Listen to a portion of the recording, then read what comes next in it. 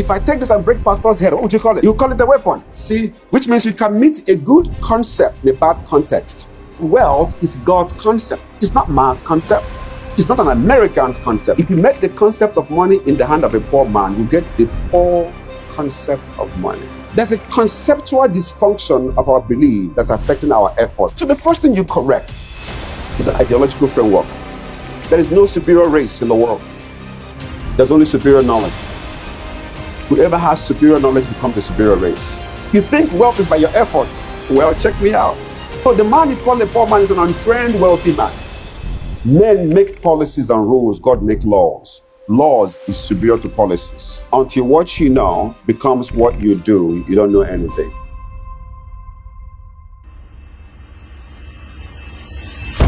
Two levels of definition. Number one, statutory definition. Number two, functional definition. What is statutory definition? Defining something for what it is, regardless of what you think it is. So your opinion doesn't matter. What's functional? Defining something by reason of application. Okay?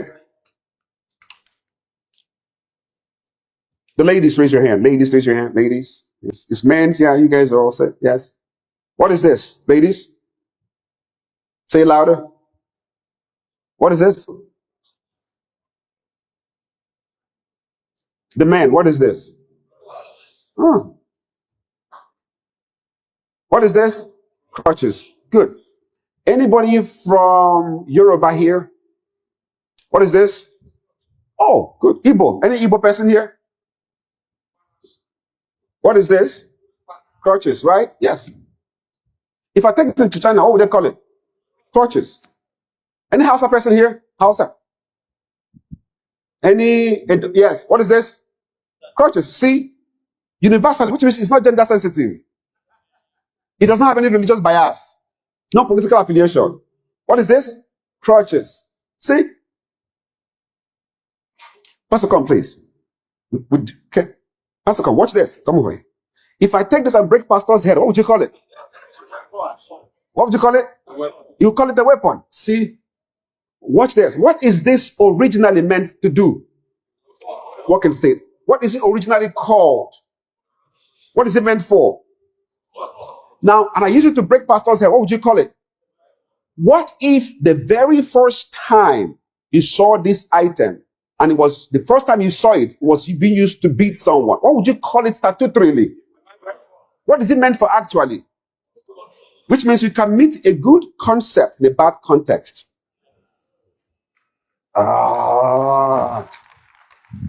So I ask people, in whose hand, in whose life was money first introduced to your life? If you met the concept of money in the hand of a poor man, you get the poor concept of money. Most of us were born in poor families. Our first contact with money was a man struggling with his life. So we now think that making money is the hardest thing to do. You want to clap right there? Thank you, Pastor. Does it make sense? So there's a conceptual dysfunction of our belief that's affecting our effort. So the first thing you correct is an ideological framework before you put strategy. Let me tell you, all of you are so smart. If I fix your ideology, you figure out what works for you, because strategy changes all the time as situations change. But ideology determines the outcome. Okay? Have you heard this statement? The only thing that is permanent is change. Have you heard that statement? That the only thing that is what? That change is a constant. Have you heard that before? How many of you truly believe that? Okay. You guys, you don't know what to say now. Like, okay, I don't know what I'm going to say now. How many of you believe that? But that's not true. Values don't change. Honesty 400,000 years ago is still honesty today. There's no honesty of 2025. Come on, talk to me right now. Honesty 50 billion years ago is still honesty today. So if you build your business around those unchangeable values, it doesn't matter who is in government. It doesn't matter which country you are in. In other words, let your principle of wealth Be anchored on the laws of God, which is universal to all men. Just write it down. Let the principles that you have about business be anchored on the laws of God that is universal. I said earlier that wealth is God's concept. It's not man's concept. It's not an American's concept. Because these people have made us believe they are the standard of life. Can I tell you the truth? There is no superior race in the world. There's only superior knowledge. Whoever has superior knowledge becomes the superior race. Men make policies and rules. God make laws. Laws is superior to policies. You can override any policy of man if you operate at the highest level of divine laws. The laws of God is universal to man. True or false? What are those laws? You don't know it. You think wealth is by your effort. Well, check me out. Because if it's effort, I'm disadvantaged. Matter of fact, I'm supposed to be in the street asking you for money. And I'm sure when I was coming, sometimes I'm going to speak in big conferences and I'm walking up the stage, I'm coming in with wheelchair, I'm going up the stage, everybody say, hey, yeah, look at that man. And they're clapping and they're having sympathy on me. And when I get up the stage and open my mouth, they start having sympathy on themselves. Because your situations attract sympathy, your values attract respect. Now you forgot I was wobbling on that staircase. You don't remember it anymore because your mind is seeing the internal capacity of myself. That you begin to honor me, not because you're like a guy on crutches, because the values I have command who comes to me. No one is born poor. You are born human. No one is born poor. No child. The day a child is born, watch this. When a child is born in a rich family, he is born human, not rich. When a child is born in a poor family, he is not born poor. He is born human. So you're never born rich or poor. You are born what? Human. Now watch this. Stand up. Stand up, Pastor, please. Okay? Okay. So take this water. Okay? Pastor, bring me take a bottle of water with you. Okay? Pastor, come over here. Yeah. So that's a poor man, that's a rich man. I'm just saying, for example, right? That's poor, that's rich. Okay. And that's your child. That's your child right there. That's your child right there. Is he a poor child or a rich child? He's human. Okay, I'm going to take your child. Give me your child. Your child has a DNA, has a genetics. This is 4 months old. I'm going to give it to you. Give me your child. You're a billionaire, and that's your child. So, which means your child has your blood, your DNA, and this is 4 months old. I'm going to take your child. I'm going to give it to him. You're going to raise this child. He's going to raise this child. Come on now. Come on now. Come on now. Which one of these children will be wealthy and rich? Why? Because your mind configures his brain. Even though the DNA says poor man, his psychology says rich man. So you are not born rich or poor. You learned poverty. You can learn wealth. Oh, come on. Thank you, sirs. Thank you, sirs. It's crazy. You are not born poor or rich. You are not born poor or rich. You are born what? You are born human. You learned everything you have today. You learned it. And the reason why I can teach you is because you have the capacity to learn.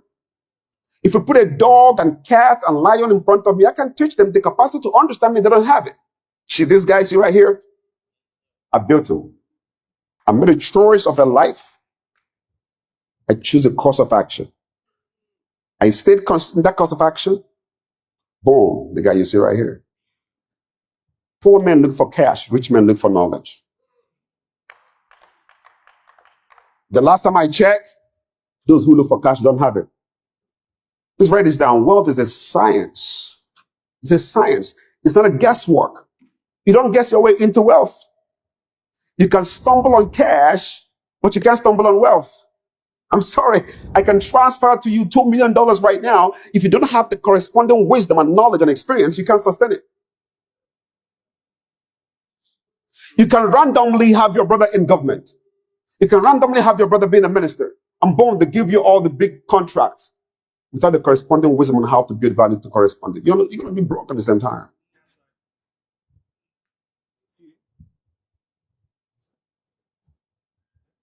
You are not born poor. You are born human. You learned every other thing you have today.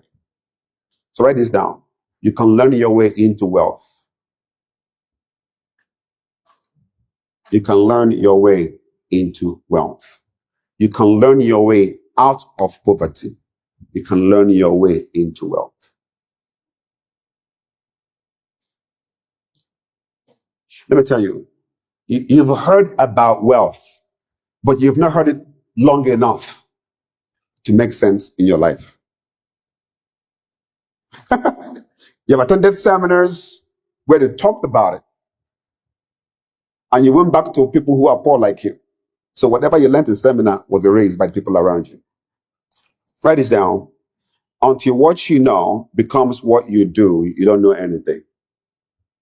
Until what you know becomes what you do, you don't know anything. The evidence of learning is an improved outcome. The evidence that you've learned something is that your outcome have changed. There are two categories of people in the hall today. How many categories? The first category are those that are hearing me, and the second category are those that are listening to me. Please write it down. Two categories. Those that are hearing me and those that are listening to me. You're going to find out now. I'm going to show you what to do. Now, the question is, what is the difference between hearing and listening? That goes back to definition again. See now, right? Now, write this down. Hearing is your bodily ability to observe sound, while listening is your mental capacity to record what you heard. Hearing is your bodily ability to observe sound, while listening is your mental capacity to record what you heard. You hear with your ears, but you listen with your mind.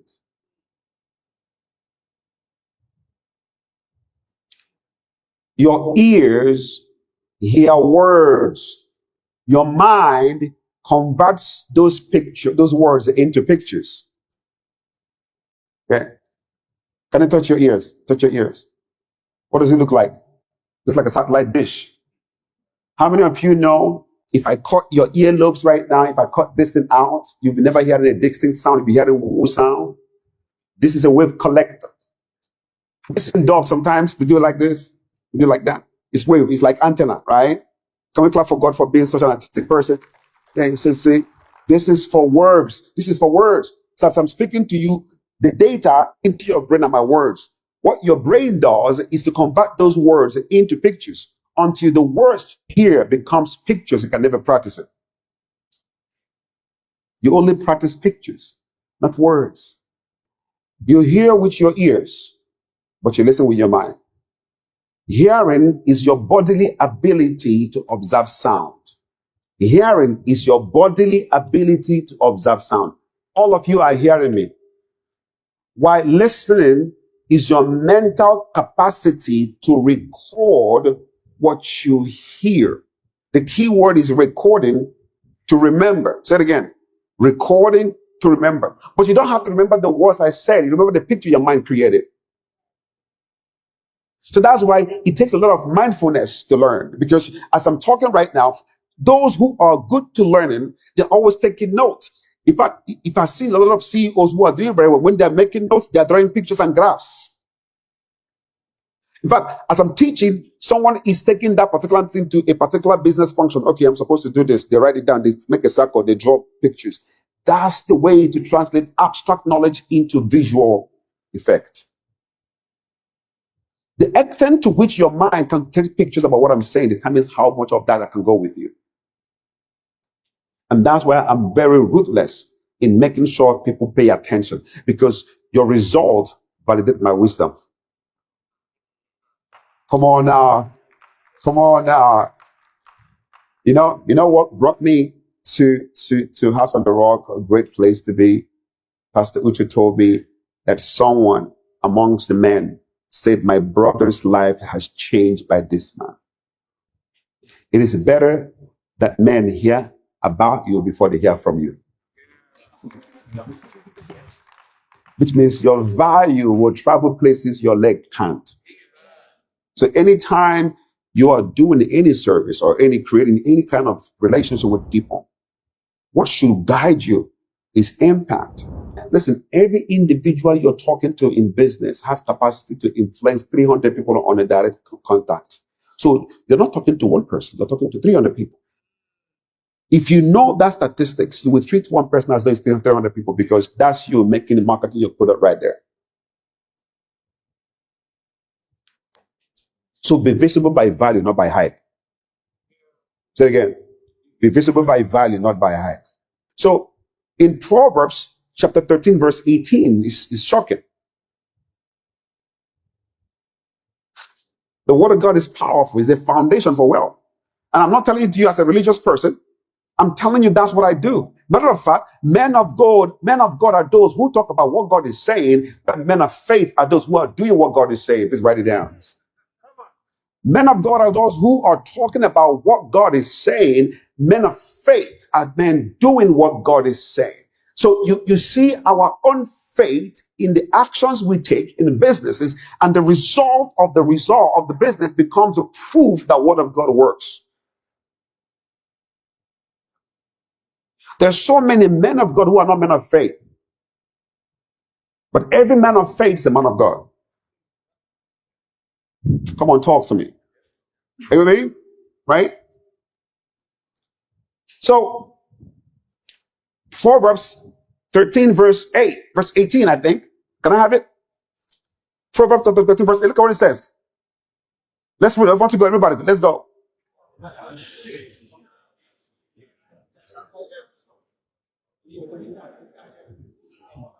See, poverty is lack of following instruction.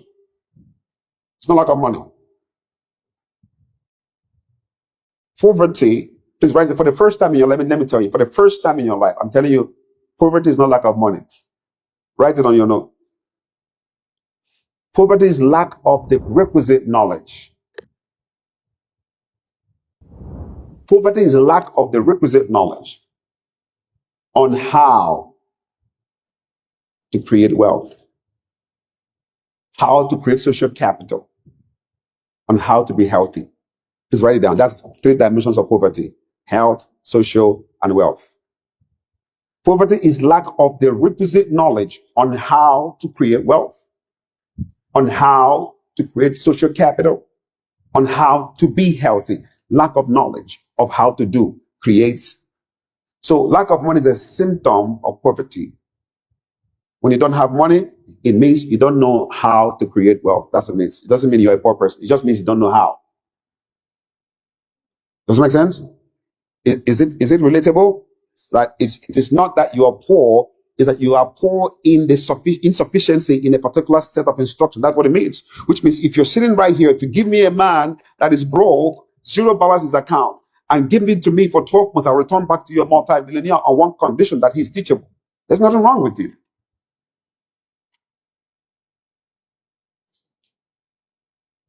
Now, if you go to Proverbs 13, verse 22, you're going to see it. Proverbs 13, verse 22, you're going to see it. So it says here. It says, much food is in the fallow ground of the poor. Let's read it again. Much food is where? In the fallow ground of the poor. Before you finish the statement. Where is the food? How much ground? How much food? On whose ground? So why would you call a man poor whose ground has much food? This man has a land, there's much food there, and they say call him poor. This is the next sentence. Said, for lack of judgment, decisions, for lack of wisdom, the land lays waste. So the man you call a poor man is an untrained, wealthy man.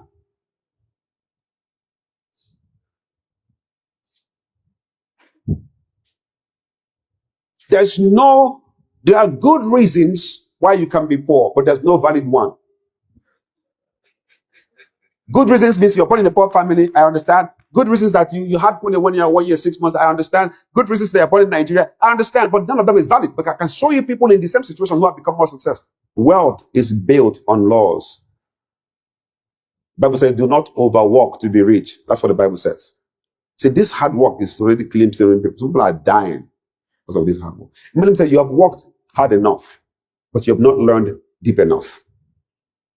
So your hard work satisfied, good, 100%.